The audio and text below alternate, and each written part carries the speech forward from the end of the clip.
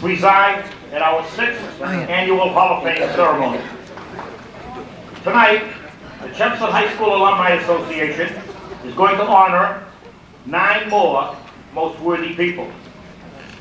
Alumni spanning the years from 1923 to 1979. Alumni from Providence, Rhode Island to Alexandria, Virginia. From Naperville, Illinois to Needham, Massachusetts. From Woodbridge, Virginia to Lowell and to Chelmsford, Massachusetts. From an astrophysicist to a band leader. From a math teacher to a town clerk. From an Air Force Master Sergeant to a business executive. From a collegiate academician to a vocational educator to a youth at-risk advocate. Our Hall of Fame recognizes alumni from all walks of life. We recognize alumni who distinguished themselves while they were in high school. Alumni who distinguished themselves in their profession. And also those who distinguished themselves in their community. Also, we recognize Chelmsford High School teachers and administrators who over the years worked to make our high school, Chelmsford High School, a superior educational institution. Before going any further, I would like to take a moment and introduce members of our Hall of Fame that are here this evening. And I would like to thank them for coming and being a part of this evening, because they're from all over, from New York State, Wisconsin, North Carolina. They've come from all over, and I would like to recognize them. When I do call your name, though, would you please stand and remain standing until I have finished calling all of you? And I would ask the rest of you to please hold your applause until they are all standing. Hank Brown, class of 1963. George Dixon, class of 1934. Barbara Lebezinski Frederigo, class of 1960. Linda Lupian Waterman, class of 1959. Tom Gallagher, class of 1955. Millie Hare, class of 1936. Joe Marcotte, class of 1954. John Souza, representing his grandfather, Everett Olson, from the class of 1935. George Parker, class of 1932. Henry Zabert, class of 1942. Betsy Drain, class of 1963. Judy Olson, representing her late husband, Carl Olson, from the class of 1963. Ronnie Bell, class of 1958. Priscilla Truby McAndrew, class of 39.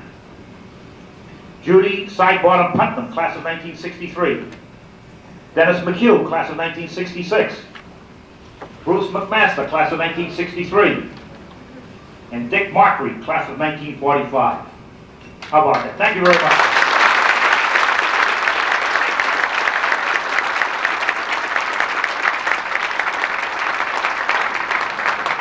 That's what you call real support. It is now my pleasure to introduce our Alumni Association President, Bill Cohane, from the class of 1974. Billy?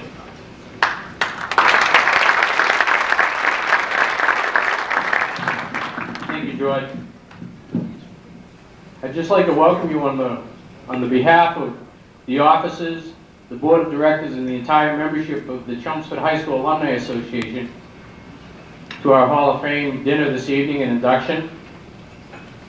And I hope that you will have a wonderful evening and experience some of the interesting lives that the people before you had and share with them this joyous occasion. When we began down this long road back 6 years ago, I thought how interesting it might be.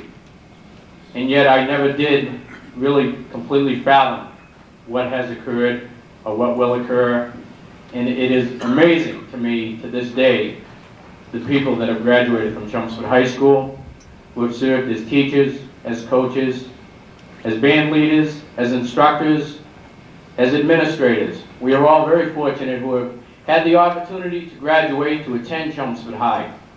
Many of us have memories which will long outlive the school that we once attended, whether it be on Billerica Road, or North Road, Richardson Road, or as George Parkhurst would remind me, I believe there might even be one other school that escapes my memory, but George is our historian, and he is always there to remind us of the great heritage of Chelmsford High School.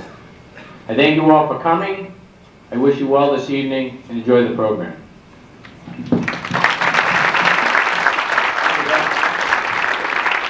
Thank you, Bill. And now I'd like to introduce the principal of Chelmsford High School, Mr. Steve Meidel.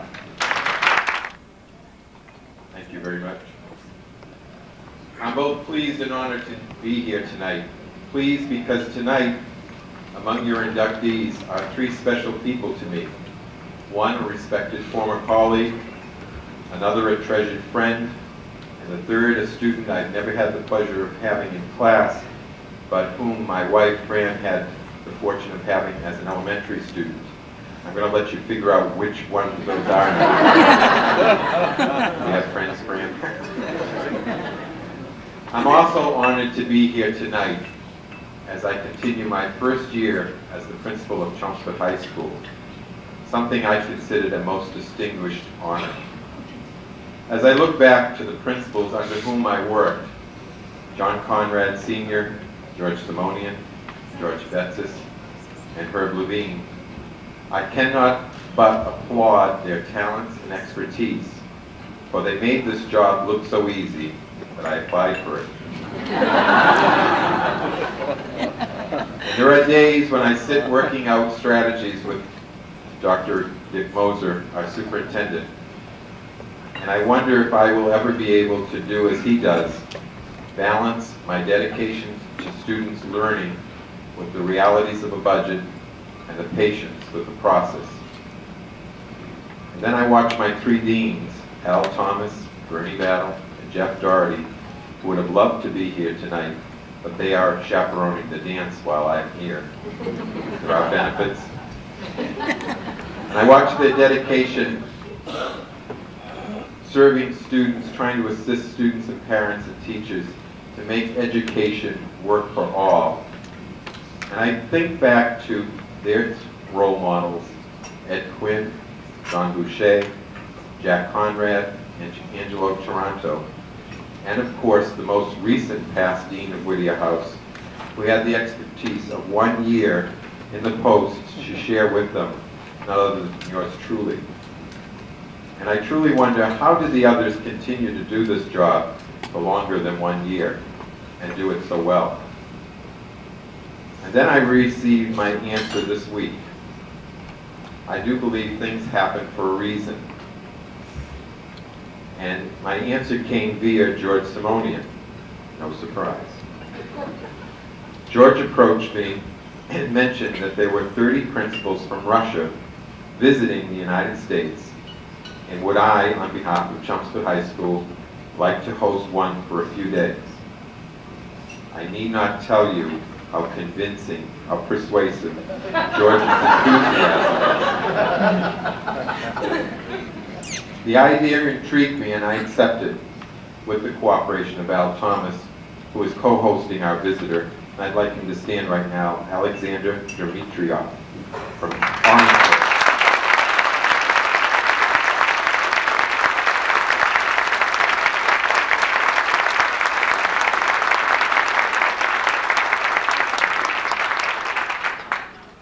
There is a saying that no one knows who discovered water, but certainly it wasn't a fish. That wasn't supposed to be funny. And now I know the implications of that maxim. I had the opportunities this past week to take time away from my daily task and to really visit Chelmsford High School through the eyes of our visitor. See the whole of Chelmsford High School in retrospect and in the present. As we toured the corridors and the classrooms and through the assistance of 3 of our students who speak Russian, thank God, our visitor, Sasha, discussed his school with me, and I discussed Chelmsford High School with him. And as he toured, I continued to hear Sasha say in English, "Very okay school." He has said that when he looked at our student murals, and at the trophies in our cases, which were earned by many people in attendance tonight. What he doesn't know is that there are going to be new trophies added, earned by our present students. Merrimack Valley champion field hockey teams, our girls and boys basketball teams who made it to the state tournament, our hockey team who made it to the state tournament, our girls swim team who are league champions, second place Northern Sectional and took a second place in the States, our boys swim team who won the MVC championship and took second at North Sectional championships and fifth in the division at the state meet, our girls volleyball team who are the large school champs, our boys skiing team, which is a new team, who became the league champs. Do you know something? Not all those trophies are in there for athletics. A team of juniors received a first place in a team engineer competition at UMass Lowell this year. Our music students earned 5 first cheers for their particular instrument at senior district music competition for band, orchestra, and voice. And 9 of our 9th graders qualified for junior district select band and orchestra. 6 students were named to the All-State Music Educator Association's All-State Concert for band, orchestra, and chorus. Pretty impressive. Our art students earned 4 Gold Key Awards, 5 Silver Key Awards, 3 honorable mentions, and 1 student was presented a scholarship from the Boston Globe Scholastic Art Awards. That's a very rare achievement. 17 of our DECA students earned plaques as top 10 finalists in their events, 8 earned plaques as top 6 finalists in their written research manuals at the state conference, and 5 students will go on to compete at the national competition in Orlando. Unfortunately, I can't go with them.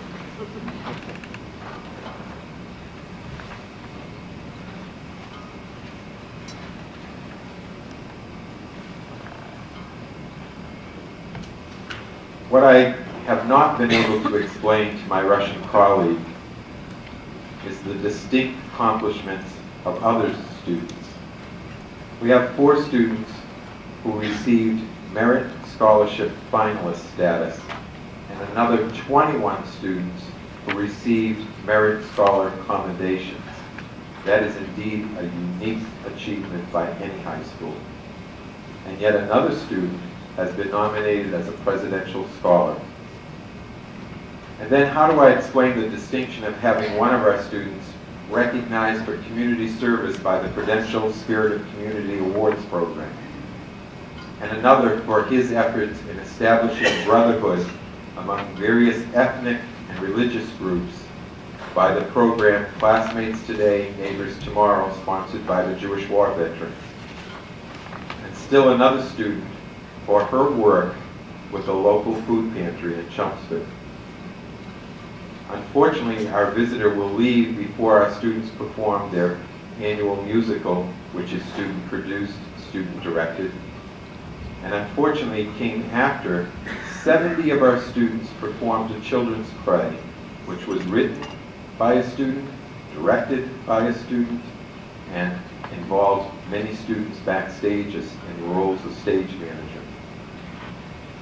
And you know, there are some events, though, that transcend the limitations of our language and speak to anyone who visits our school. The caring, positive attitude of our students and faculty, seen as a student holds a door for our visitor, a teacher who helps him out to buy his lunch, the smiles and greetings of both teachers and students each day, or the enthusiasm of students and teachers towards this experience of another culture. So George, I forgive you on their behalf. What makes Chelmsford High School so unique is its tradition of excellence, of caring, of enthusiasm for learning, and the sharing of talents for the greater community. And this tradition was begun by students who are now called our alumni. And for that, on behalf of our present students, I thank you.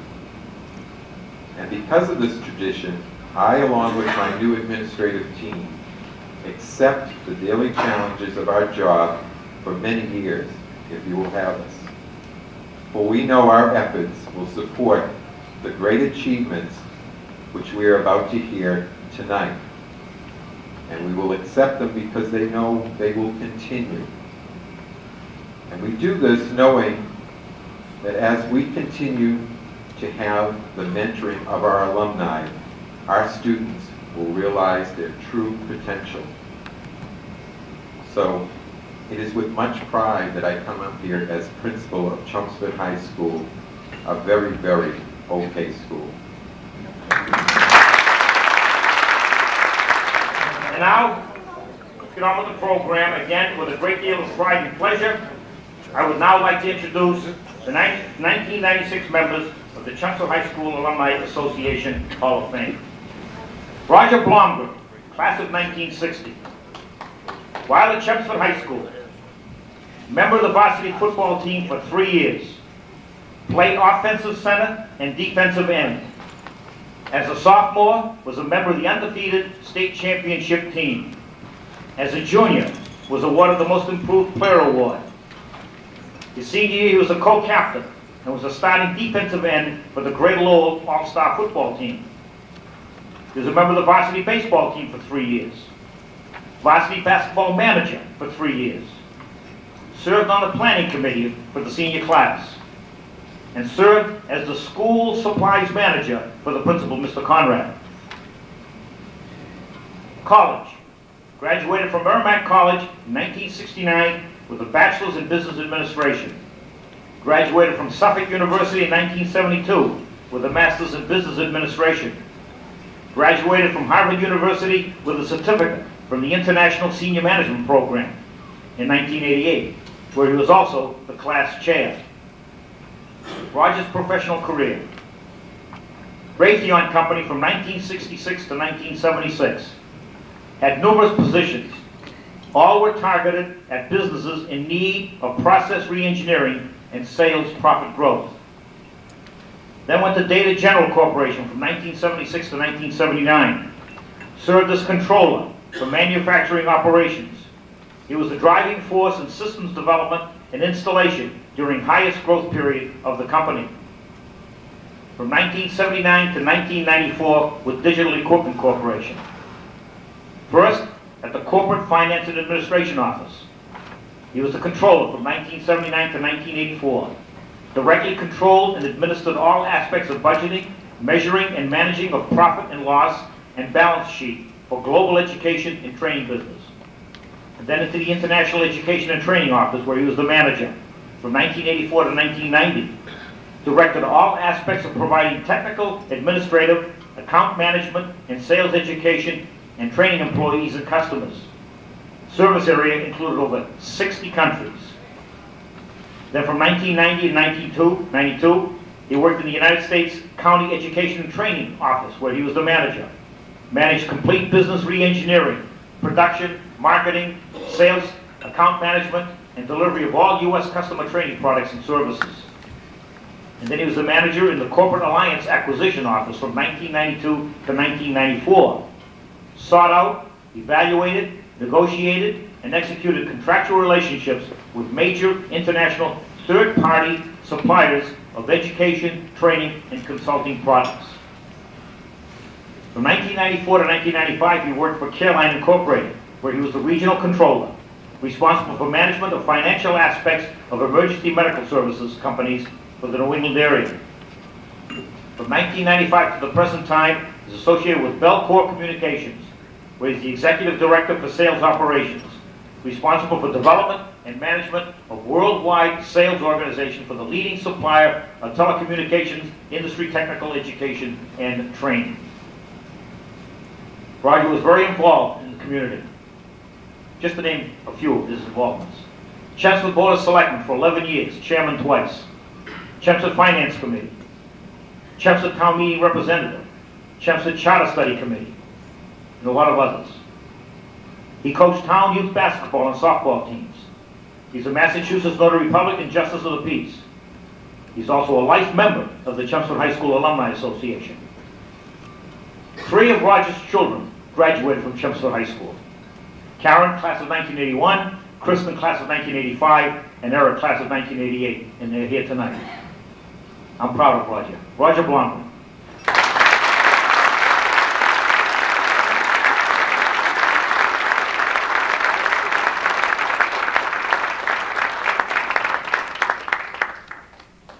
I know you're all expecting Roger to speak, but what I'd like to do is to read 2 proclamations that we will be presenting to each recipient this evening. One proclamation from the town of Chelmsford and a citation from the school committee. And if I may do that now. Citation: Chelmsford High School Alumni Association Hall of Fame Induction, March 23rd, 1996. Whereas the Chelmsford High School Alumni Association established the Alumni Association Hall of Fame in 1991 to honor Chelmsford High School graduates and former high school teachers and administrators for outstanding community service, outstanding achievement in their profession, or excellence during their high school career. And whereas the Chelmsford High School Alumni Association will induct the following into the Hall of Fame on March 23rd, 1996. Roger A. Blomgren, class of 1960. Roger H. Dean, class of 1967. Bernard P. Larkin, class of 1924, posthumously. Matthew H. McConeghy, class of 1963. Robert J. Pariseau, class of 1964. Mary McCarthy St. Hilaire, class of 1956. Marjorie B. Scoboria, class of 1923. Roger J. Sullivan, class of 1958. John R. Walker, Jr., class of 1979. Therefore, we, the school committee of the town of Chelmsford, on behalf of the students and staff, do hereby congratulate these inductees for their achievements. Signed, Wendy C. Marks, Judith B. Millette, Mary E. France, Angelo J. Toronto, Anthony Volpe, Chelmsford School Committee, and Richard Mosier, Superintendent of Schools.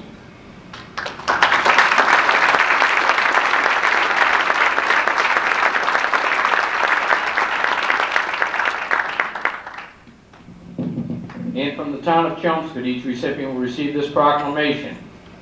Chelmsford High School Hall of Fame induction, March 23rd, 1996. Whereas the Chelmsford High School Alumni Association founded the CHS Hall of Fame in 1991 to honor past graduates in all walks of life. And whereas the Hall of Fame was established to honor CHS alumni or former staff for outstanding community service, outstanding achievement in a professional career, or excellence in their high school careers. And whereas on March 23rd, 1996, the CHS Alumni Association will induct the following CHS alumni into the Hall of Fame. Roger A. Blomgren, class of 1960. Roger H. Dean, class of 1967. Bernard P. Larkin, class of 1924, posthumously. Dr. Matthew H. McConeghy, class of 1963. Robert J. Pariseau, class of 1964. Mary McCarthy St. Hilaire, class of 1956. Marjorie B. Scoboria, class of 1923. Roger J. Sullivan, class of 1958.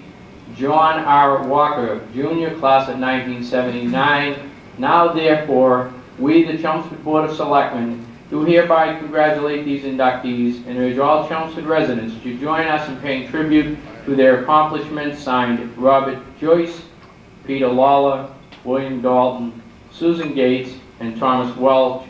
Signed, Mary St. Hilaire, Town Clerk.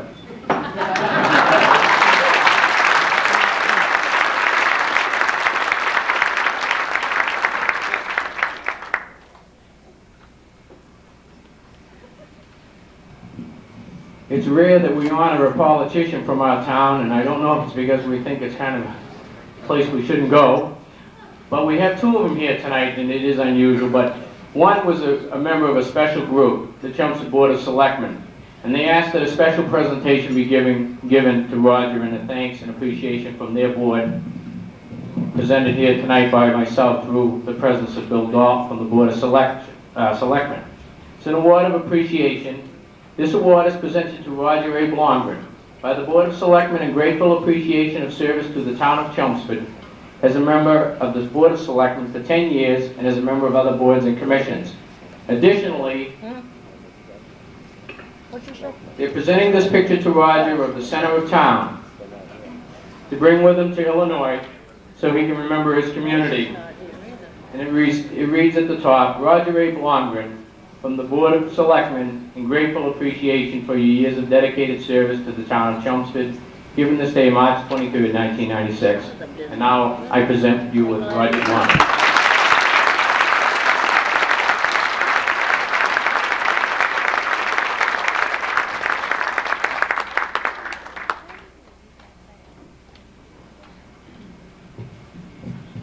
Like much of this evening, this is all new to me.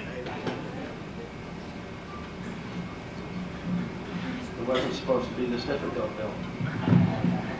Okay, thank you. George, again, I can't help but thank you for the work that you've done. And thanks to the Chelmsford High School Alumni Association, its President Bill Cohane, the Hall of Fame Committee, fellow inductees, guests, and especially my friends and family here this evening for this most significant event.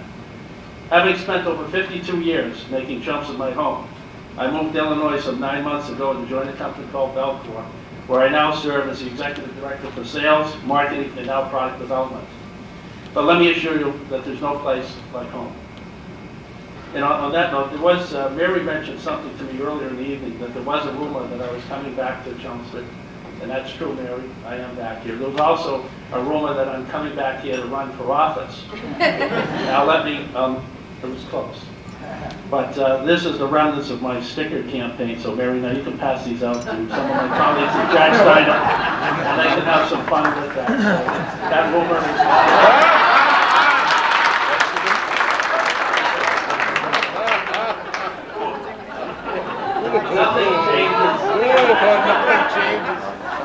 Since the inception of the Hall of Fame in 1991, I've had the unique opportunity to be present for most everyone and have the opportunity to sit in the audience and listen in awe to the many accomplishments and contributions of the 45 inductees who have preceded me into the Hall of Fame. I never thought that I would ever be here, nor have the privilege of becoming an inductee myself. And when George Simone called me last year to indicate that I had been nominated for this honor, I was astonished. When he called in December to say that I had been inducted, I was elated. It was a moment that I shall always cherish. For me, beginning with a wonderful and supportive family, I am most pleased to have my dad, my stepmother Dolores, my 4 children, Karen, Chris, Eric, and little guy Sean, my brother Dick, my sister-in-law Lorraine, aunts, uncles, friends, and special friend Cindy, here to share tonight with me. And as I prepared some thoughts for tonight, I looked again at the names of the previous inductees, many of whom were classmates, teachers, Marjorie, friends of mine, teammates.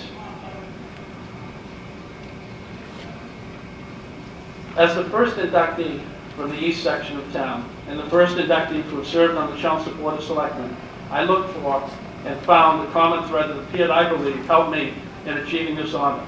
And like for so many of us, it began at Chelmsford High School. The linkage was made when I saw a movie a few weeks ago entitled Mr. Holland's Office, starring Richard Dreyfuss. Did anyone see that? There's quite a few times. If you haven't, it's an extraordinary movie. Many poignant scenes in it. But there was one that Richard Dreyfuss portrayed a principal, an instructor, a teacher, who had given 30 years of his life in portraying excellence to his students. And there was a scene in the movie where the principal, portrayed by Olivia Dukakis, was coming out of the high school and caught Mr. Opus. And she made a presentation, a very simple presentation, and it was a compass. And he opened the compass, and she said nothing, he said nothing. And the symbolism was that in her opinion, Mr. Holland achieved a level of excellence in his ability to point his students in a direction that would allow them to achieve excellence. My compass can best be described in a letter that I wrote in September of 1981 to and published by the editors of the Lowell Sun, the then Chelmsford News Weekly, and the Merrimack Valley Advertiser, and it was titled, "Joe is Gone." The letter read, "Upon my return from a business trip last week, I went through the same motions everyone similarly goes through in bringing oneself up to date with the family and what's going on in the local area. During this process, I noticed a piece that my wife had cut from Tuesday's paper that stated Joseph P. Nolan, the retired football coach, died Monday. I was deeply saddened by the passing of not only one of the finest coaches to have ever performed, but the finest man I've ever had the opportunity to be associated with. Many of us who played for Joe will never forget his dedication to winning, but more importantly, building the character in the young men he worked with. He set very high standards for all of us to strive for. Those not willing to accept the Nolan challenge did not remain with the team, regardless of whether they were a starter or a third string substitute. I participated on a Nolan coach undefeated state championship team that was expected to perform like champions, and we did.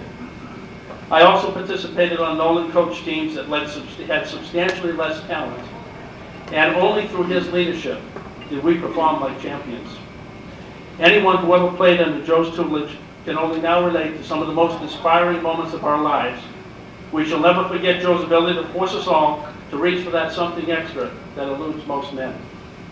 At a class reunion last year, I spoke with Joe about the changes that have taken place in young people over the years.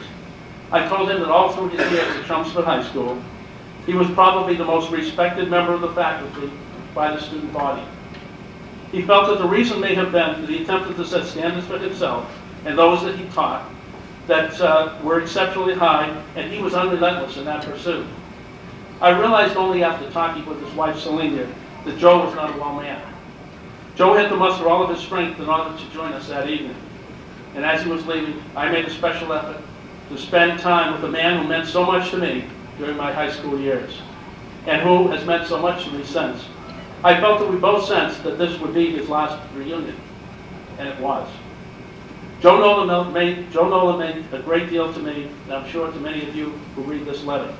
I do not believe Joe's contributions to the building of young men, and to the lawyers, the accountants, the firefighters, and countless other professions that serve our communities should be forgotten. I still have that letter that I wrote, and I still have that piece of paper that was handed to me in September 28, 1981. There are now 7 of us in Chelmsford High School Hall of Fame. Bob Gleason, who was here earlier this evening, Reverend Brian Hare, Tom Gallagher, Joe Marcotte, Wendell Luke Jr., Ron Bell, and now Roger Blomgren, who have had the opportunity to learn to practice sportsmanship, to not walk from hard work, to strive for high standards, to serve as team field captains, and learn from a master, Coach Joe Nolan, to be all that we can be. Joe Nolan may be gone, but he has not been forgotten, and he's left all of us a compass. Thank you. Roger Dean, class of 1967. While at Chelmsford High School, worked at Puri Supreme as a bagger. His dependability was recognized, and he was selected for a raise and promoted into the deli department. He served on the board of Junior Deacons at Central Congregational Church. Roger was a member of the Boy Scouts of America, achieved the rank of Star Scout, and was a member of the Order of the Arrow. Rogers College, attended Northern Essex Community College from 1967 to 1968. Attended Miami-Dade Community College in 1974. Graduated from the Community College of the Air Force with an associate's degree in Aerospace Control Systems in 1983. Graduated from the University of Maryland with a bachelor's degree in Business and Management. Graduated from Troy State University with a Master's of Public Administration degree in 1988. His professional military education includes Management Training Program for Air Force Supervisors in 1973, Non-Commissioned Officer Leadership School in 1978, where he was a distinguished graduate, Non-Commissioned Officer Academy in 1980, distinguished graduate, Senior Non-Commissioned Officer Academy in 1987.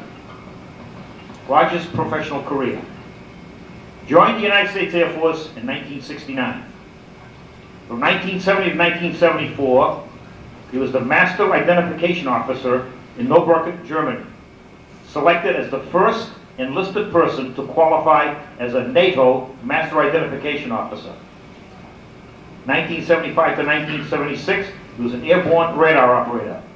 Flew on board the EC-121, performing reconnaissance over the southern approaches to the United States and the Bermuda Triangle.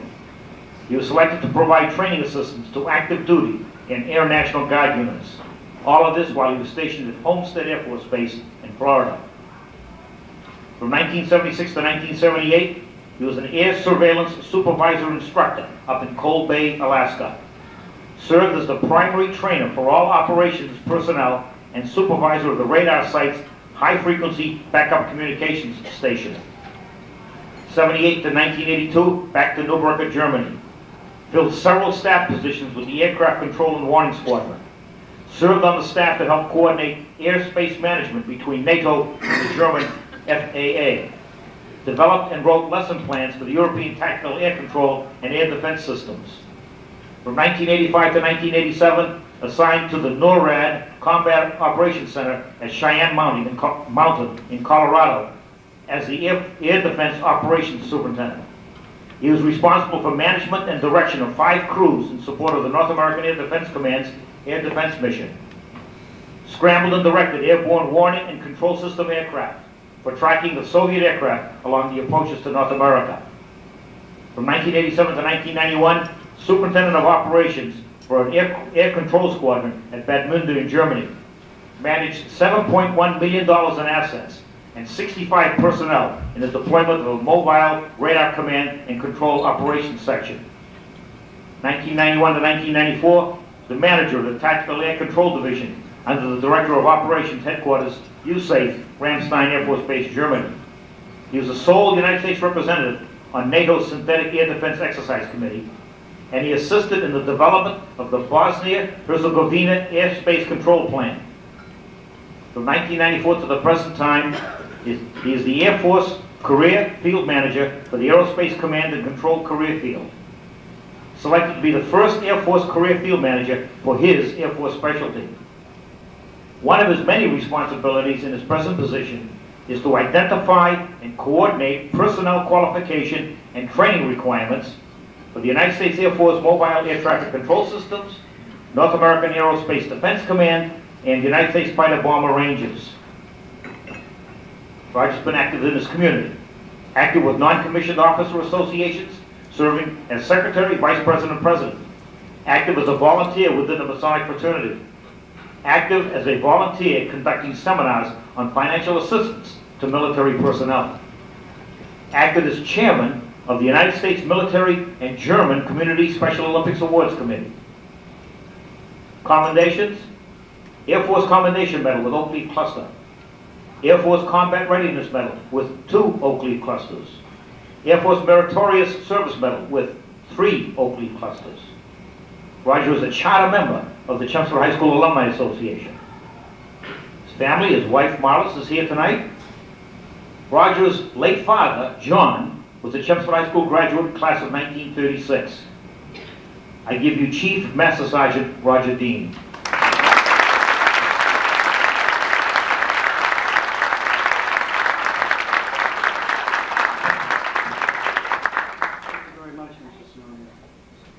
Really not much I can add to that, but I would like to tell you that one of my early experiences with teaching, I was asked to give a speech for the graduating class, and after it was all over, I ran into the commandant and I asked him how I did. I said, you know, I really put my heart into that, and I want to know how I did. And he said, the students thought you were great. And I said, oh, they got my message. And he said, no. He said that you were brief and they loved it. So tonight I'm going to be brief. I'd just like to thank 3 groups of people who I think are very special who have supported me. The first group is my family. Together with me tonight are my brother and 2 sisters, Alan, Brenda, and Nancy. My brother's spouse is with him also, Debbie. Now they supported me over the years, especially in the early years. Of course, I never requested that support, but I got it anyway. My mother is with me tonight also. She guided me for 21 years, and there's no telling how difficult I made her life during those 21 years. But she was always there. There was a short period, about 5 years, before I met my wife, Marjorie. And I guess I was adrift during those years, but at any rate, Marlies came along, and she's been taking care of me longer than anybody, some 23 years now. She supported me through thick and thin, she's picked me up when I needed it, and she's also put me in my place when I needed it. There's another member of my family who's not with us tonight. He is the 1936 graduate of Chelmsford High School, and Mrs. Sonia mentioned my dad. We miss him dearly. He never supporting me, and I have a feeling he's with us tonight supporting me again. The next group that I'd like to talk about are the educators. There must be quite a few of you in the room tonight, and you are very special. I'd like to talk about just one person who had an impact on me in Chelmsford High School. I'll mention her name, it's Mrs. Sear, but I think she represents all of you. She had a faith in her students that you couldn't ignore. Even if you didn't care, you had to produce so as not to let her down.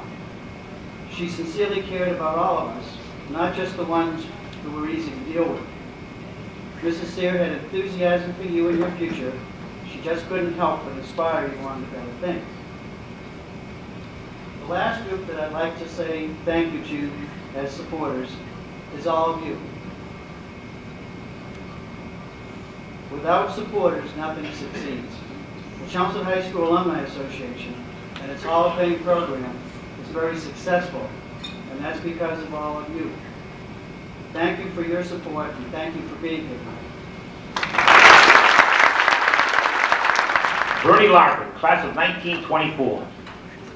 At Chelmsford High School, Bernie was the class vice president. He was a member of the baseball team. He was a captain his senior year. Member of the drama club, and he played the lead role in the operetta. Post-secondary education, Bernie was a graduate of the New England Conservatory of Music, class of 1940, where he specialized in harmony. His professional career was wide. He played the clarinet, the saxophone, the flute, the oboe, as well as many other band instruments. His bands played at the Coconut Grove in Boston in the 30s. Lowe's Orpheum Theater in Boston in the 30s. The Immaculate Conception Church Parish Hall in Lowell, behind the Memorial Auditorium, on Friday nights in the 40s and early 50s. For the high school crowd of the greater Lowell area. What a crowd. What great music. What great dancing. And I can vouch for that, because I used to go there every Friday night as a teenager when I was attending Lowell High School. It was the place to be. And Bernie's band could keep playing even when the electricity went out.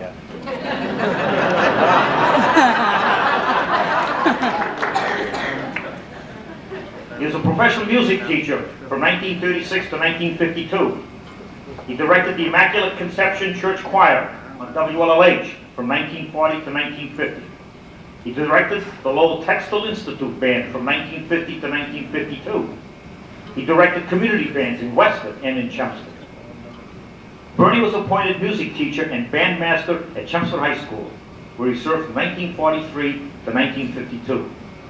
He started the first high school band in Chelmsford in 1943. I would like to quote from the 1944 yearbook. It all began one morning at assembly, as we trailed in listless and disorderly fashion toward the auditorium. That high school had one. Suddenly, music met our ears. The effect was instantaneous. We picked up our feet, straightened our shoulders, and looked around in astonishment. What could be happening?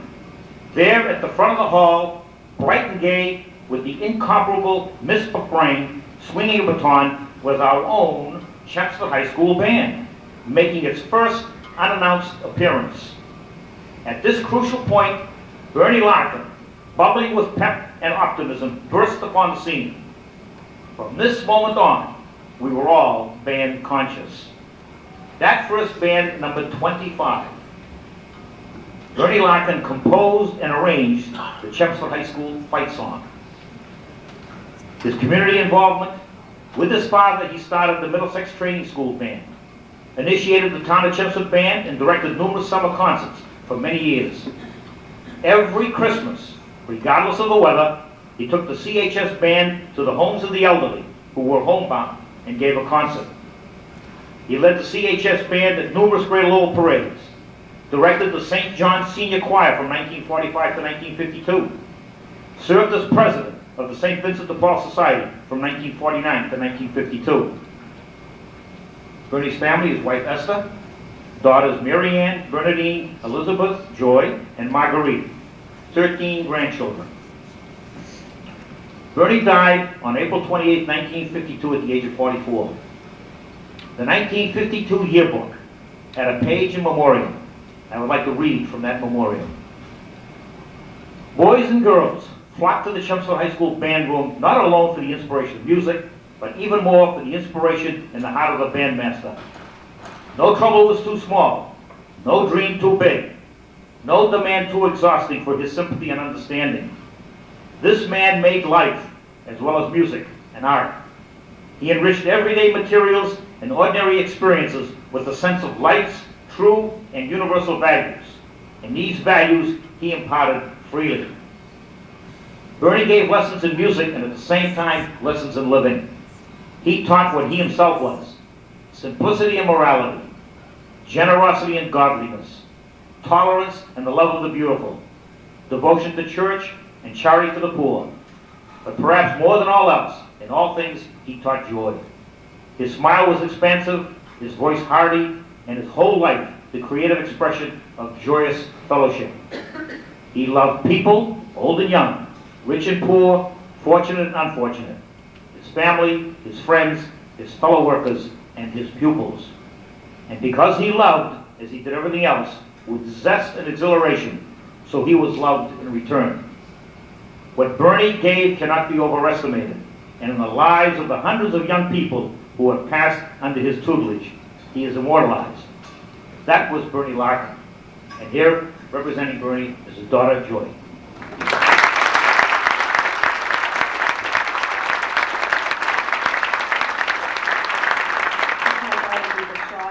On record. I just want to thank Joe Marcotte for nominating my dad to the Hall of Fame and also to the committee who voted for him.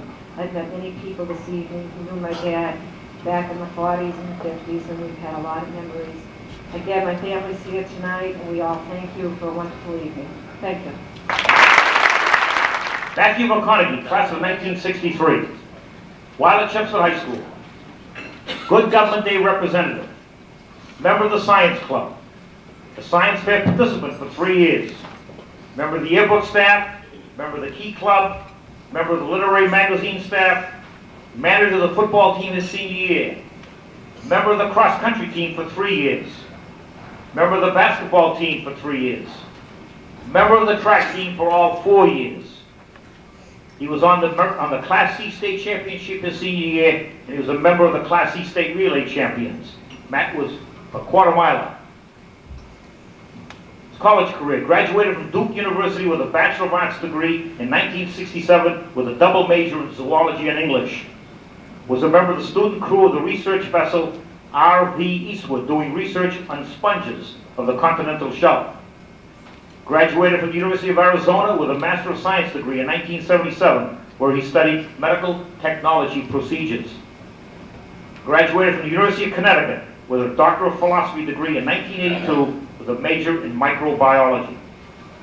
He was the first student at the university to completely edit and produce a dissertation using computer word processing and graphic design. Matt's professional career: Attleboro High School, 1967 to 1973, teacher of chemistry and biology. Advisor to the Outing Club, making more than 60 overnight mountain hikes in 2 years. He was the advisor to the award-winning Ecology Club. University of Arizona from 1973 to 1977. He was a graduate research assistant and a medical technologist at the University Health Sciences Center while studying for his master's degree. Albert Einstein Medical Center from 77 to 79. Chief technologist in the Department of Clinical Pathology. Taught in the School of Nursing. Introduced automated methods and procedures to the laboratory. Newport Science Software from 1982 to 1985, Director of Research. University of New Haven from 1985 to 1987, Assistant Professor in the School of Professional Studies. Director of the Microcomputer Laboratory, where he supervised the physical completion of the university's first microcomputer laboratory. Pioneered the use of email and computer-based instruction for statistics and operations. Research course in the School of Business. Was elected faculty senator and wrote over 40 informational articles on microcomputer use. Johnson & Wales University, 1987 to the present time. Assistant professor from 87 to 89, associate professor from 1989 to 1992, and was appointed full professor in 1992. Is currently professor of science and department chairperson of the Department of Science, acting chairperson for the Department of Mathematics, and acting chairperson for the Department of Computer Business Studies. Directly responsible for evaluating and maintaining the quality of instruction in more than 300 sections of courses taught to over 10,000 students in over 40 undergraduate programs. He teaches 6 sections of freshman environmental science each year. Supervises graduate study student theses and serves as their principal advisor. Serves on numerous university committees, such as the University Promotion Committee, representing the department chairs, the Faculty Senate, and the Committee on Academic Technology. He is a recognized expert on the interaction between man and the environment during the Industrial Revolution. He is a member of a variety of professional organizations, including the American Association for the Advancement of Science, the Rhode Island Natural History Survey, and the Rhode Island Historical Society. He has written numerous publications and articles dealing with computer applications and environmental studies. Matt's also involved in his community. He is an amateur musician, has been active in community music groups, promoting traditional music and performing in hundreds of community concerts. He is an environmentalist and is presently involved in the activities of the Rhode Island Natural History Survey, working to protect and restore wetlands and historic riverfront areas in northern Rhode Island. He is a charter member of the Chelmsford High School Alumni Association. Serves on the curriculum committee of the Providence Parent-Teachers Consortium and is a reviewer for the Rhode Island State Department of Education Science Standards Task Force. Very active in science education in local schools. Served as a volunteer coach for the middle school science Olympiad team, which placed in the top 20 at the 1995 National Championships. Matt's family includes his wife Norma Owens, 3 sons, David, Kevin, and Robert. When a student completes a graduate thesis, they often include a dedicatory page at the beginning of the document, and the page usually expresses appreciation to a variety of people and sometimes a courtesy thanks to the major professor. It became a custom for Dr. McConeghy's students to copy the dedication form first used by one of his first graduate students. Quote, "I wish to express my sincere thanks to Dr. Matthew H. McConeghy for his tireless assistance in the completion of this thesis and for his relentless pursuit of perfection." Matt McConeghy.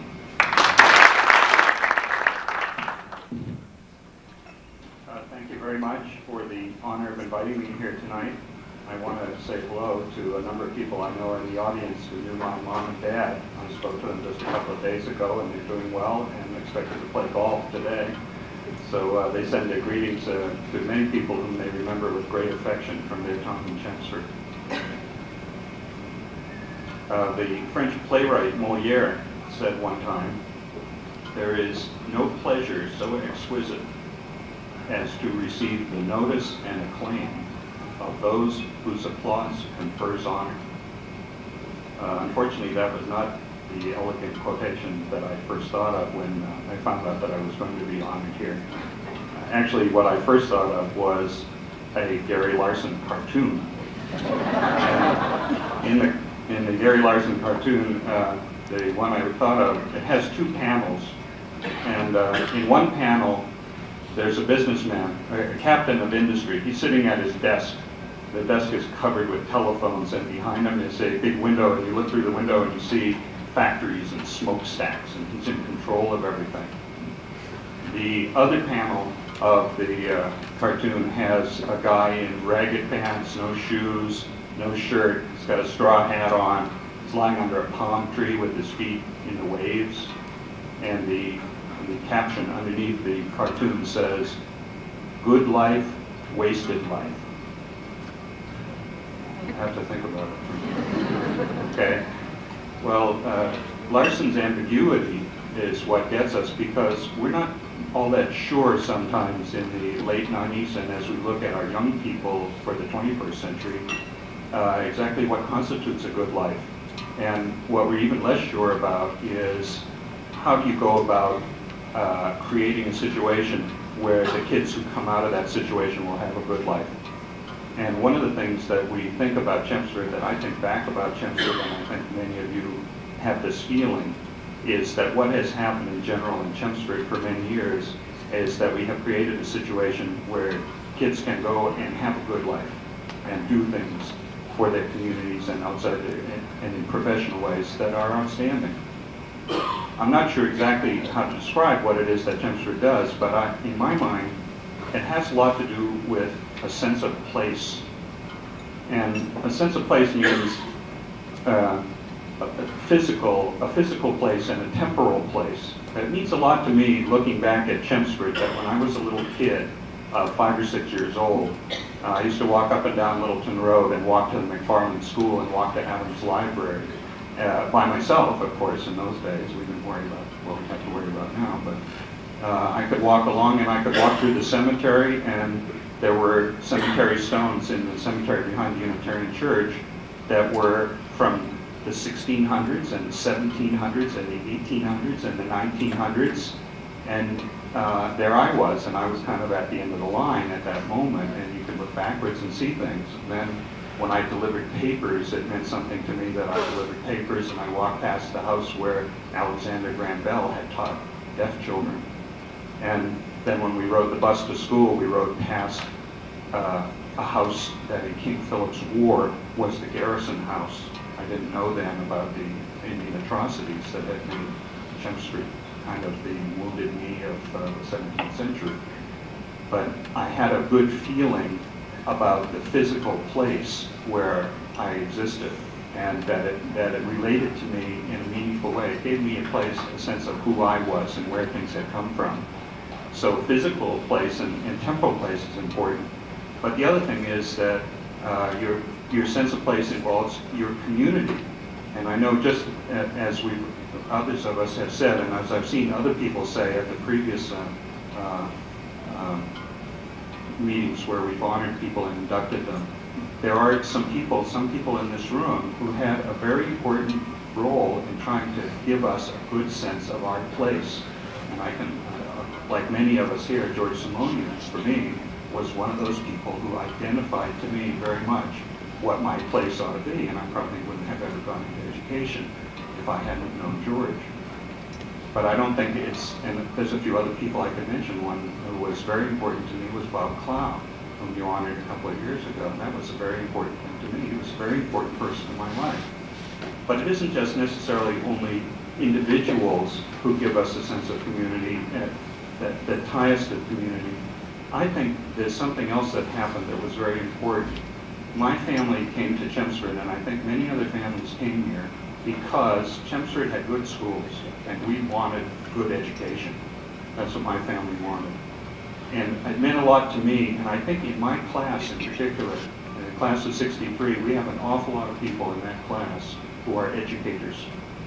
I think it meant a lot that we went to a new school at the Center School or in North Chelmsford, and we went into a new high school and went through a new high school. The people in the community expressed to us in a very profound and dramatic way their commitment to making good education, supportive education.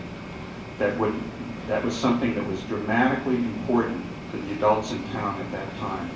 I think those of you who are here, who are tied to the Alumni Association in the high school, also are exhibiting that same kind of community. And because you guys exist, and because of the work that Bill and George and the rest of you have done, there are many children now in this town today that in years to come are going to really have not a wasted life, but a good life in an unambiguous way.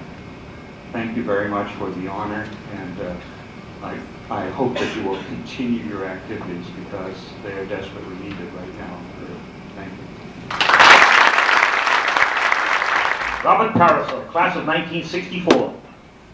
While at Chelmsford High School, Bob was a member of the baseball team, Member of the football team for 3 years. Played quarterback and defensive cornerback his senior year. That team went undefeated, 8-0. Held 5 of their opponents scoreless, outscoring them 213-30. As I think about that, the roster of that team sounds like a who's who in Chelmsford. 2 are already in the Hall of Fame, and I would guess more to come. College. Bob graduated from Fitchburg State College with his bachelor's degree in industrial arts education in 1968. Graduated from Fitchburg State College with his master's degree in 1972, specializing in school administration. Bob's professional career, the McCarthy and Parker Middle Schools from 68 to 1981. He was an industrial arts teacher. Served as an administrative intern while at the McCarthy, with responsibilities that included public relations for the school, coordination of in-school displays, coordination of elderly lunch program, and develop and coordinate intramural programs. Chelmsford High School, 1981 to 1988.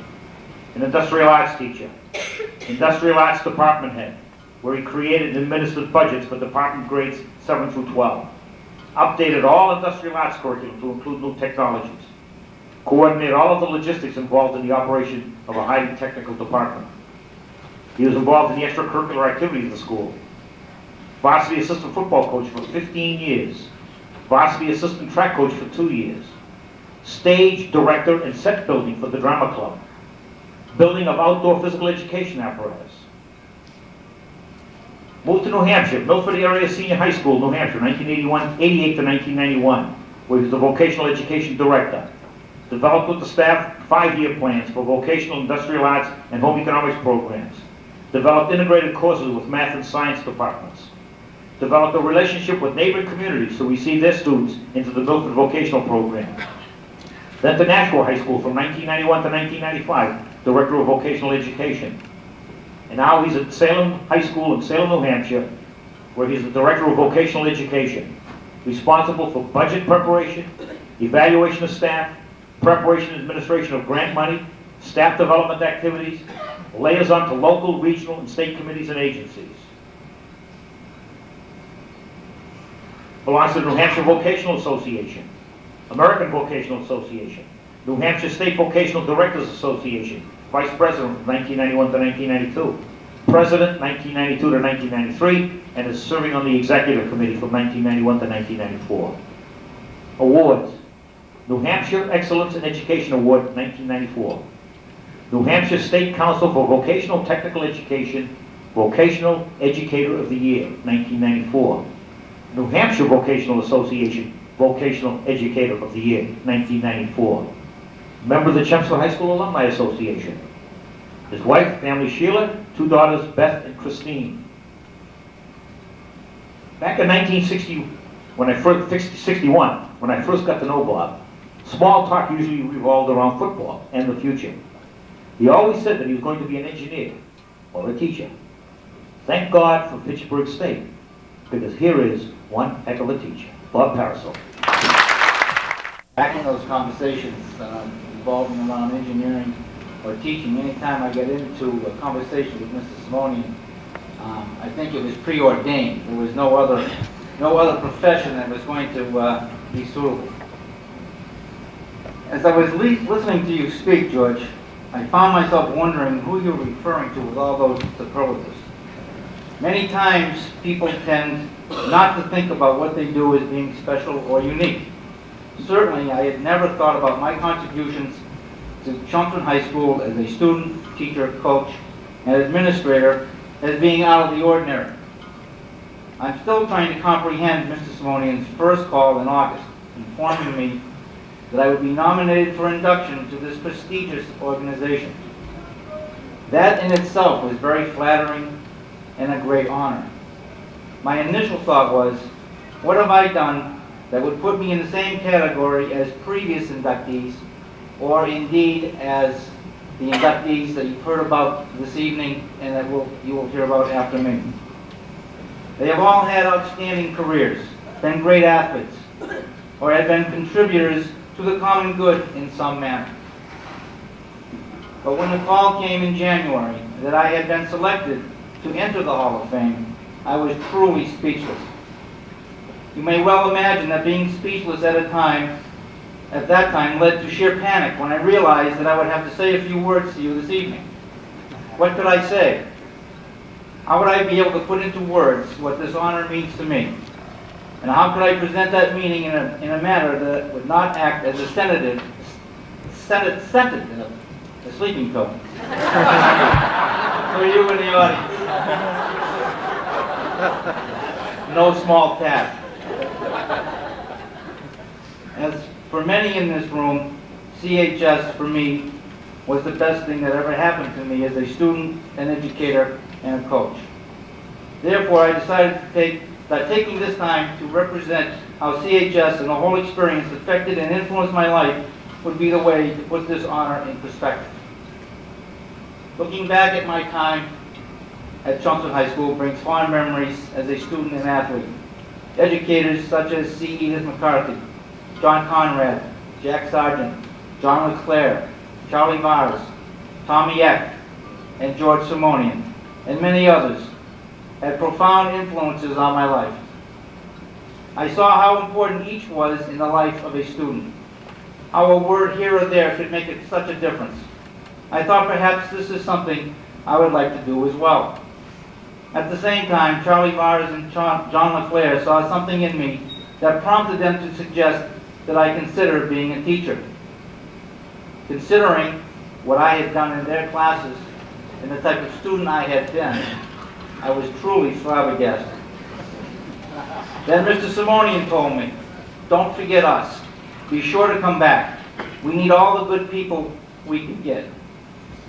At the same time, we were having some success on the football field, thanks in no small measure to a transfer student named Arnie Holbrook. I found myself working with Arnie and others discussing techniques and plays. I really enjoyed this. Tommy Eck mentioned how we worked well together and gave some credit for our success to this effort. Coaching became another ambition. Off to college, became a teacher, graduation, and the words of George Simonian in the back of my mind, "Come back to us." I did come back in 1968, and the rest, as they say, is history. It was 20 years of great memories for me, and hopefully I influenced some others in the way I've been influenced while at CHS. However, no one achieves success or awards in a vacuum. Any success I may have had in my life I owe to my family. They have stood by me, encouraged me, supported me, and accepted me at all times. My wife Sheila and children Beth and Christine have provided a source of joy that makes it possible for me to feel good about myself and has given me the self-confidence to be successful. Finally, I've had the privilege and the good fortune to have the best parents anyone could have hoped for. My father and my late mother were always there when I needed support and encouragement. I wish to publicly thank them for all they have done for me. Thank you very much to the Hall of Fame Selection Committee. This is a personal honor I will cherish each and every day. Thank you. Mary St. Hilaire, class of 1956. At Chelmsford High School, member of the Junior Red Cross Club, member of the Glee Club, member of the Lamplighters Club, member of the varsity field hockey team, member of the softball team, member of the varsity basketball team, captain her senior year, setting all kinds of scoring records. For professional career and community service, Chelmsford Town Clerk from 1972 to the present time. Elected 6 consecutive 3-year terms, and in 1990 was appointed Town Clerk per order of the new town charter.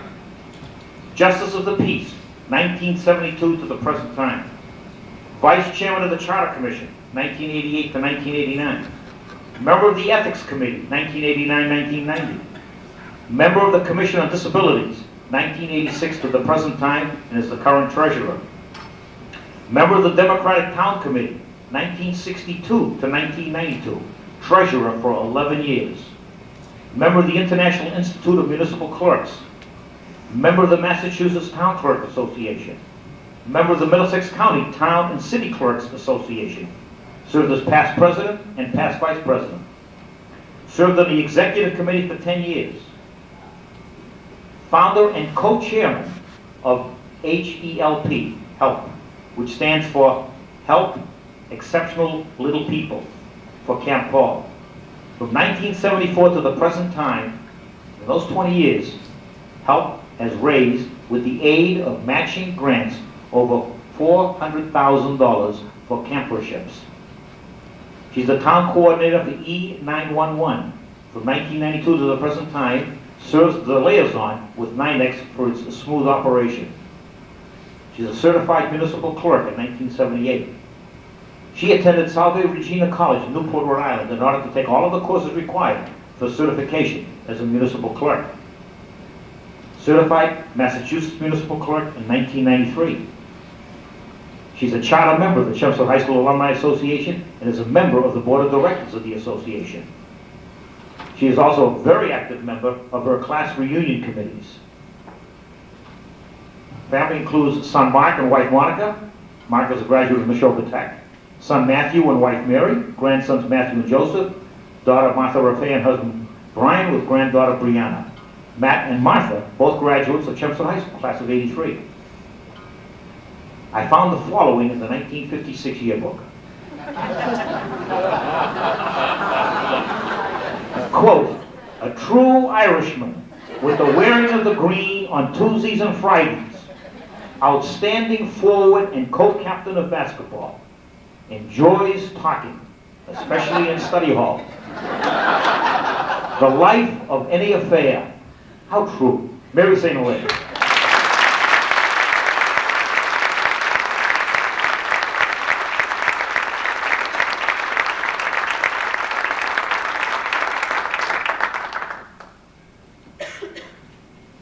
Talk, but I don't like to speak.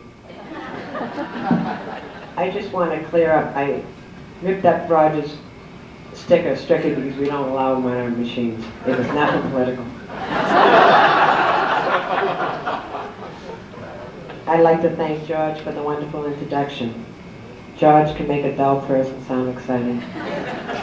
I'd like to thank the Hall of Fame committee.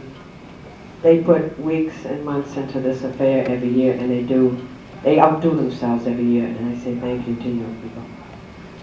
I would like to recognize my pals, Mark, Monica, Matt, Mary, and Martha.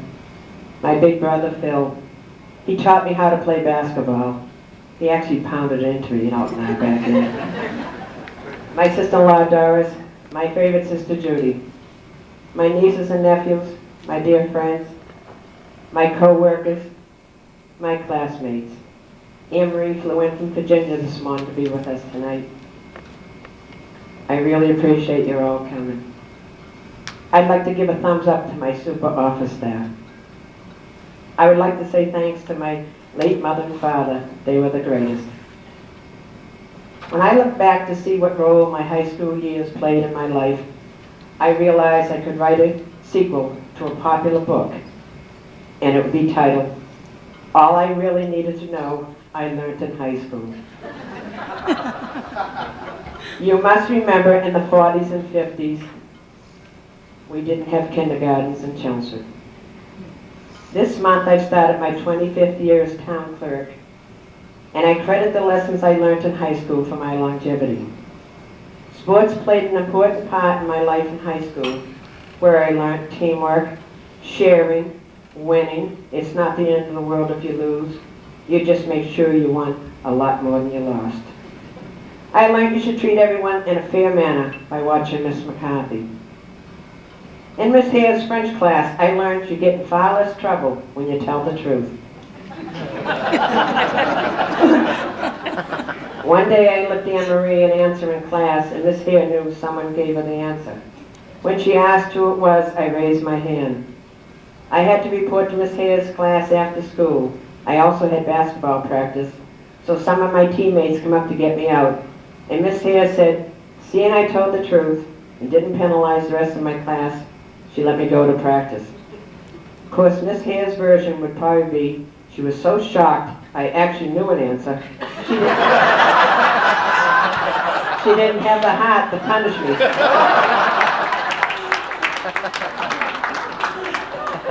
Still to this day, I find it easier to own up to my mistakes rather than to deny or blame it on someone else. I learned to get interested in politics after we petitioned our town in 1954, trying to save our gym teacher's job. We collected thousands of signatures, but it didn't save her job. But from then on, I stood for the Westland School for candidates on election day. When Tom St. Germain and I turned 21, the Democratic Town Committee invited us to join them. That's because in 1959, we were probably one of only a few Democrats in town. History is now repeating itself. My son Mark is running for re-election as town meeting rep in Natick on Monday or Tuesday, I can't remember which day. And on April 2nd, my son Matt is running for town meeting rep in Precinct 4 in Chelmsford. I am pleased that politics has played a positive effect on has had a positive effect on my family. The only thing I didn't learn in high school was how to be a sweet lady like Miss Scoboria. I tried. As you know, the town hall in 1981 moved to our old high school and is now called town offices. One day I was delighted to take Mr. Conrad by his arm and bring him into my office, which used to be his. I said to him, I bet you never thought I'd be on this side of the desk.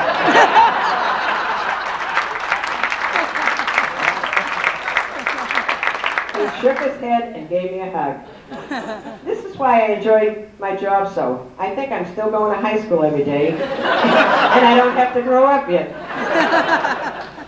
For 22 years, Carol St. Germain and I have been sending letters to Chelmsford residents asking them to donate to Camp Hall instead of sending local Christmas cards. The week before Christmas, we put ads in the Lowell Sun and the Independent saying, "Season's greetings to all. We donated to Camp Hall," and we list everybody's name. A lot of folks here tonight have been with us, and I lost my place. have been with us and donated for years, and we say many, many thanks. I hope if you haven't donated before, you'll join us this season.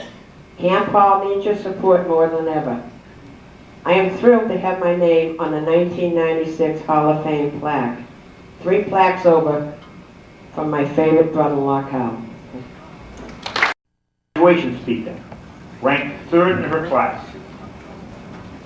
In her advanced math class, her senior year, she conducted the class much of the time since the teacher, Mr. Alden, who was also the principal, was not there most of the time.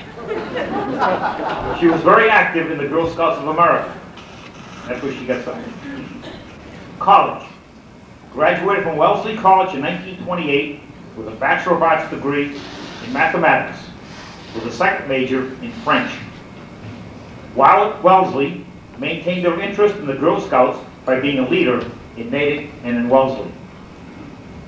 Attended Radcliffe College and graduated from Harvard with a Master of Arts degree in 1930 with a major in mathematics. Her professional career. Taught junior high math and English in Swanton, Vermont from 1930 to 31. Taught junior high math, English, and art in Amesbury from 1931 to 1935.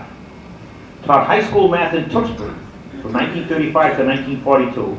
Was also the girls' basketball coach. Came to Chelmsford High School in 1942. Teacher of mathematics. Teacher of aeronautics during the war years. Appointed the first department head of mathematics in 1959.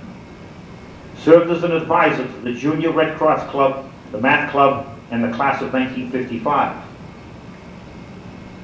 During the late 50s and early 60s, continued to take courses in mathematics and the new methodology, thus providing the leadership necessary to develop and implement a mathematics curriculum at Chelmsford High School, superior in content and in instruction. Was a member of the New England Teachers of Mathematics, the Chelmsford Teachers Association, the Massachusetts Teachers Association, the National Education Association. She retired in 1967. Community involvement included the Girl Scouts of America. She was the Chelmsford Library trustee from 1942 to 1970. Chairman from 1945 to 1970. Successfully chaired a committee which attained equal pay for women teachers. Life member of the Chelmsford Conservation Commission. Life member of the Chelmsford Historical Society. Worked on the committee to obtain the Barrett Byam House for the Historical Society.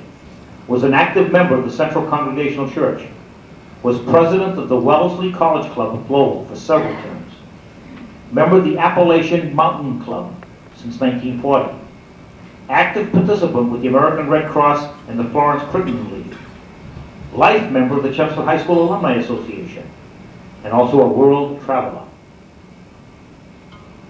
Family, now, the sister Phyllis. The classes of 1949 and 1966 honored her by dedicating their yearbooks to her. I'd like to read from the 66 Lion. The class of 1966 dedicates the Lion to Miss Marjorie B. Scoboria for her eagerness to assist us, her careful direction, her patience in our times of confusion, her genuine concern for our well-being, her boundless achievements in her subjects, and her persistent effort to understand our every problem. I had the pleasure of working with her during the late 50s and through the 60s, a time when math and science was on the front burner in curriculum reform. We had a great time together putting Chelmsford High School in the forefront and setting the standard for math and science. She was a pioneer as a math teacher, as a math department head, and she inspired many a female student to study math, and some of them are here tonight. It is indeed with a great deal of pleasure I present my former colleague, Marjorie Scoboria. I know myself. Excuse my voice, I've been talking quite a bit. First, let me tell you how deeply I appreciate this honor. To think that out of all the Chelmsford High School graduates, you have chosen me makes me feel very humble. Really, I'm surprised that any of my students remember me after all this time. I have had a long and rewarding teaching career. How long was brought back to me one time when I was flying home from Portugal. The stewardess came to me and said, "Miss Scoboria, I had you as a geometry teacher." Before I had a chance to place her, she said, "And so did my father."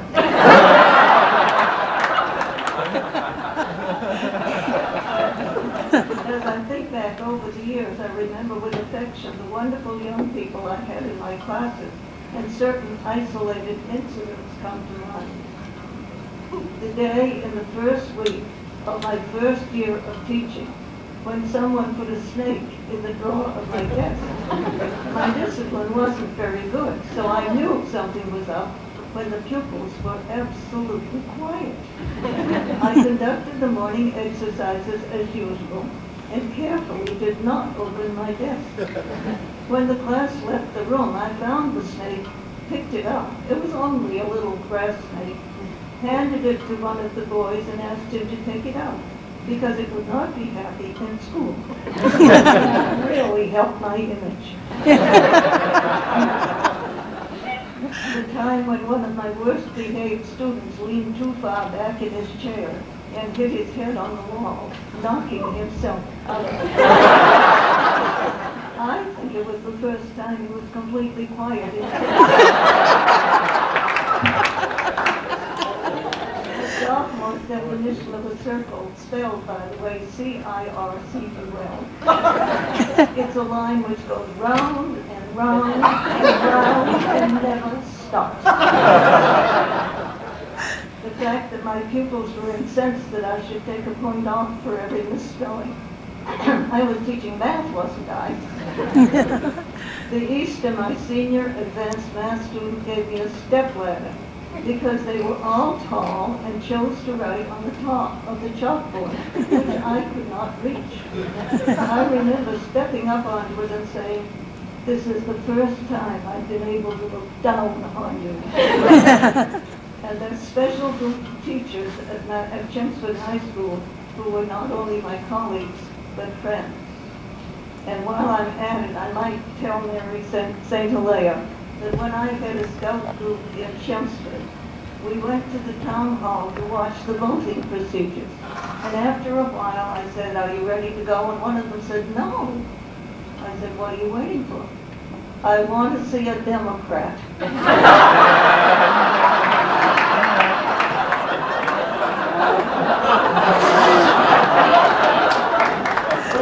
days wasn't worth giving.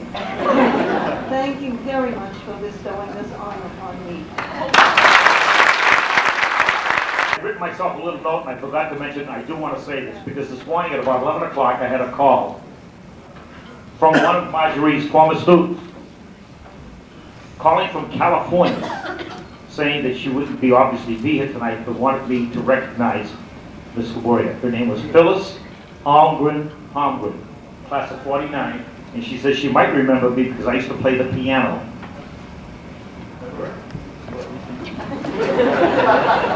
She wants to be remembered. Roger Sullivan, class of 1958. While at Chelmsford High School, the class valedictorian, member of the science club, member of the math club, the press club, the yearbook staff, member of the drama club, member of the National Honor Society, graduation awards in science, math, and French. After college, graduated from MIT with a Bachelor of Science degree with a major in physics in 1962. Was on the dean's list all 4 years. Member of the Student Committee on Educational Policy. Member of the Judo Club. From 1962 to 1963, Cambridge University in England. Was a Fulbright Scholar. Took graduate courses in astrophysics, quantum mechanics, and fluid mechanics. 63 to 1969, back to MIT, where he continued his studies in astrophysics and quantum mechanics. Earned his PhD in 1969 with a major in physics. Roger's professional career. The IIT Research Institute from 1969 to 1973, where he performed advanced planning studies for NASA's lunar and planetary programs office, working on projects such as the Lunar Surface Analysis, the Automated Lunar Rover, the Saturn Orbiter, and Atmospheric Entry Mission to Uranus and Neptune. Then to the System Planning Corporation from 1973 to 1986. He was on the research staff from 73 to 78. Assistant Director from 78 to 1980. Senior Scientist from 1981 to 1985. Chief Scientist in 1985. The Director of the Radar Analysis Department in 1985 to 1986. From 1973 to 1980, specialized in analysis of strategic arms system and potential arms control agreements. Led analyses concerning civil defense and was the principal analyst and author of a major civil defense study in 1977 that led the civilian defense program proposed to Congress by President Carter. Analyzed many potential options for the strategic arms limitations talks, effects of strategic exchanges, fallout patterns, and effects of the armed ABM treaty. From 1981 to 1986, contributed extensively to a classified program on ground-based inverse synthetic aperture radar. Out to Michigan, the Environmental Research Institute of Michigan from 1986 to 1994. Member of the senior staff for the Advanced Concept Division. Managed several programs such as two-dimensional airborne target identification, three-dimensional target imaging, three-dimensional terrain imaging, electronic countermeasures, detection, discrimination, and classification of military vehicles in foliage. Institute for Defense Analysis from 1994 to the present time. IDA is a federally funded research and development center where he supports the Advanced Research Projects Agency of the Department of Defense. Roger is helping to develop the radars that will be flown on board two new unmanned aerial vehicles, the Tier 2 and the Tier 3, state-of-the-art. Has chaired a three-person committee to review the progress of the Tier 2 vehicle and its radar equipment being developed by Teledyne Ryan and Hughes, and the Tier 3 vehicle and its radar equipment being built by Westinghouse. We'll soon be designing and teaching an introductory course on radar for the IDEA staff. His honors and memberships. Listed in Who's Who in Science and Engineering. Listed in Who's Who in the Midwest. He was an Alfred P. Sloan Scholar and a Fulbright Scholar. National Science Foundation Fellowship. A NASA Fellowship. Hertz Fellowship. Member of the American Astronomical Society. Member of the Institute of Electrical and Electronics Engineers. Member of the Chelmsford High School Alumni Association. Has published numerous articles and papers. holds a U.S. patent on his invention, Celestial Display Device, of October 1977. Roger's family, wife Susan, a son Andrew, two daughters Barbara and Catherine. Alongside his picture, in the 1958 yearbook, it says, "A gentleman and a scholar in every sense of the word, popular and personable, future scientist, Sputnik designer." How about that? Roger Sullivan. Thank you very much, George. Thanks to all of you. I owe a great deal to the people of Chelmsford High School, especially teachers and classmates. I'd just like to mention a couple. First, I'd like to add my personal vote of thanks and appreciation to the lady that we just honored just before me, my wonderful math teacher, Miss Scoboria. As you might imagine, in my work in physics and radar, I use math and trigonometry almost all the time. I always think about Miss Scoboria when I'm working through those sines and cosines. I wanted also to express my appreciation to Miss Hilaire, my wonderful French teacher, not only for the great job she did teaching French, but also because I distinctly recall when I was at Chelmsford High after I had been accepted at MIT and had been selected as the valedictorian of the class, Miss Hilaire pointed out to me a number of times that I might be first in the class at Chelmsford High, but I'd be facing some much stiffer competition at MIT, and I better get ready for it. And she was certainly right about that. MIT is the place where 90% of the incoming freshmen expect to finish in the top half of the class. And I also wanted to thank my terrific biology teacher, who was none other than Mr. George Simonian, in I think his second year of teaching at Chelmsford High. And besides doing a great job in teaching us biology, Mr. Simonian was very inspirational in that he always had a very positive, very can-do attitude. He always had a solution to every problem. I remember one day I was feeling rather depressed at being very busy and swamped with work, and I mentioned to Mr. Simonian, I said, well, you know, there's only 24 hours in the day. And he said, oh, I have a solution to that. Weld two clocks together. He had a solution to every problem. That was very inspirational. And I wanted to mention also, there are so many numerous occasions where my classmates were very helpful to me, but I just wanted to mention one, and this occurred several years ago at our 25th reunion. I was having a conversation with Mary Reeves McGilvery, whom I see there in the back, and she said, well, Roger, how are things going?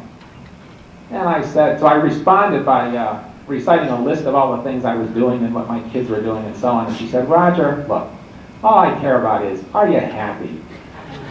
And I thought that was just such a wonderful comment. It really helped me to focus things, so thank you, Mary, and thanks to all my great classmates, several of whom are in the back there.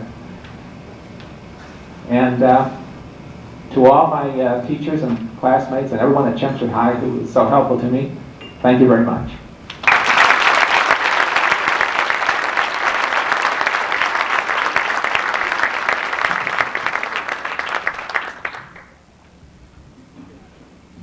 I know it's getting late, but there's a...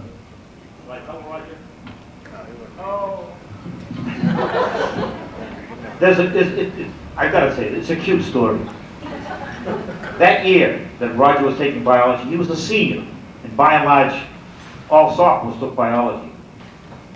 One day I was late at school, and it must have been about 2:30, 3 o'clock or whatever. And I think Barbara, where's Barbara sitting? Barbara was, I think she was around. She was a sophomore then, and she was, I don't know, some science project. She was still in the room. And this is room, for those of you who know Town Hall, room 10. It's now the health department. Figures, doesn't it? About 2:30, in comes Roger. School had been dismissed, and he's got a plastic bag. And he says, look what I found. And he comes into the room. Oh, it was a dead skunk. And I didn't know that, but you could tell, obviously, from the odor. I said, right. Oh, he says, look, he says, I was at home, and I saw this in the middle of the road. It must have just got hit by a car, because I think it's still alive. He says, look, and he opens up the bag, and there's a big bench there, pops it out. Sure enough, a dead female skunk that had just been hit, and it was a pregnant skunk. And it was just a lot of small little embryos. And we spent the next hour or so, with rubber gloves and all, cleaned it all up. I think Barbara helped do that, okay? And we preserved it. And I'll never forget that. You know, my initial instinct was, take it away, you know, just throw it away. But here he comes in with this bag and this dead skunk in there, and we did. We spent about another hour or so cleaning it all up. We preserved all these little embryos. And you know what I did this past week? I went down to the high school hoping that maybe somebody had kept that. Nobody for tradition. They throw everything else in there, okay? In fact, the head of the science department, Mike, takes it to me. You gotta be kidding, that's a long time ago. I said, well, just a hope, because what I was gonna do, if it had been there, I was gonna pop it up and show you some Rogers. But anyway, we used to have a lot of fun. And they learned too, even with all the fun. John Walker, class of 1979. At Chelmsford High School, John was the president of the student council. He was a member of the principal's advisory council. He was a charter member of a swim program that provided physical therapy to special needs students at the YMCA. He was also a volunteer for Camp Paul. John started his professional career as a teaching assistant at the Lighthouse School for Special Needs Students in Chelmsford from 1980 to 1982. Became an emergency medical technician from 1982 to 1984, servicing people. Photographer for Dole Publishing, covering the Greater Lowell area from 1984 to 1987. Counselor and executive director for the Big Brother, Big Sister of Greater Lowell from 1987 to 1993. This association services 22 communities. Its major function to serve at-risk youngsters from ages 7 through 14 and matching them up with adult volunteers from their own communities. Provided counseling, direction, and support, and role modeling. Funding for the program was from the United Way and from those 22 communities. Then John became the director of the City of Lowell Street Worker Program from 1993 to 1996, working with high at-risk youth, working with street youth gangs, diffusing potential violence, counseling youngsters back to school, finding jobs, finding homes for homeless youth, reaching out by walking the streets and being available, building trust in order to gain their respect and be effective, working closely with the public schools and the law enforcement agencies, walking the tightrope of public relations and media interference, finding activities to keep them busy and from breaking the law, being available 24 hours a day for about 1,600 young people that are potential problems to themselves and to the community. John is certified as a violence prevention trainer. He was honored by the Middlesex Community College in 1992 as People Who Make a Difference. He's a member of the Chelmsford High School Alumni Association. In the class will for the class of 1979, and this sums up John. John Walker leaves CHS with memories and pride. This man is just a great asset to a lot of youngsters out there in the streets that really are in trouble. John Walker. As the last speaker, I assume I promised to follow the 3 B's of great oral presentation, which was taught to me at Chelmsford High School, and that is to be brief, be bright, and then be gone. So I promise you that I will do that. Mr. Simonian certainly, I guess, made what I do sounded great to me, actually. But I have to thank Chelmsford High School for, I guess, allowing me to understand how great it is to work with people, and in particular young people. Mr. Simonian sort of ruined my great surprise, but it was in my junior year of high school, I was called into my guidance counselor's office, And for those of you who've looked at the program book, it doesn't say scholar next to my name. So I was a little bit worried as to what was going to transpire at the meeting, and he informed me that unless I took 5 credits in my senior year of practical arts, that I wouldn't graduate. I had already had 5 credits of practical arts, and I looked in the student handbook and discovered that practical arts was industrial arts. And unfortunately, I didn't have Mr. Pariseau in junior high school, and I'm still in therapy now, trying to get over the loss of my Estes model rocket that never left the ground. And the other subject was home economics, which I would have greatly enjoyed the cooking part of the program, but not so much what else went on. And Mr. Jarima then told me about this great swimming program that you got to leave school every Monday at 10:15 with permission. Go to the YMCA in Lowell, teach a few special needs kids to swim, and then come back to school around 1 o'clock. And it sounded really good. And then the real kicker that just pushed me over the edge, if that hadn't already done enough, was that it was 6 credits. So that I was going to be well over my 5 credits. So I signed up for that in my junior year, not taking it until senior year. And I, during the summer months, got a couple of my friends, what the heck, where you could leave school to get involved with the program as well. And I still remember trying to convince Mr. Sorensen, who was my senior high school teacher, that I really was going somewhere, that period 5-6. And getting into the car and driving over to the YMCA in Lowell and meeting 2 kids that I was paired up with, 2 young people, and I still, 18 years later, remember their names, and it was Raul and Eric. And got into the pool and figured that this was just going to be a quick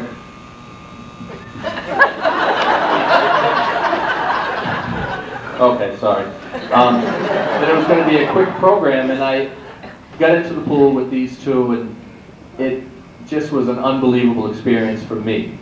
So unbelievable that the next week, my friend Paul was driving to the program, and the car broke down, and we weren't able to make it. And the following week, when I returned, both of those kids that I was working with were devastated that I wasn't able to be there. And it didn't really matter if we were actually going to get into the pool.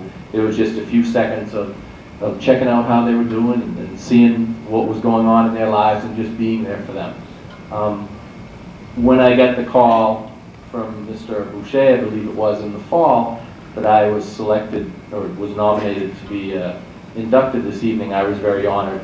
And at this moment, I still can't figure out exactly for what, because all I've done over the past numerous years is just care about people in general and for young people. But in addition to the great upbringing I had from my parents, I also owe a lot of that to Chelmsford High School and the staff and the students, all of you, so thank you. Now I'd like to close, just to close it up. There's a number of people I have to thank who helped put this evening together. George Dixon, Don Boucher, Sue Clancy, Nancy Diezik, Joe Marcotte, Judy Sawicki, Joan Wilbrenner, my wife Lucy, and of course the Board of Directors of the Association.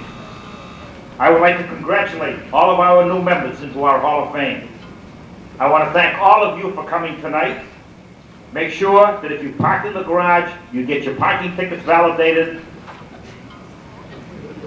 And now, well anyway, and before the doors open, right behind those doors, there's all kinds of desserts.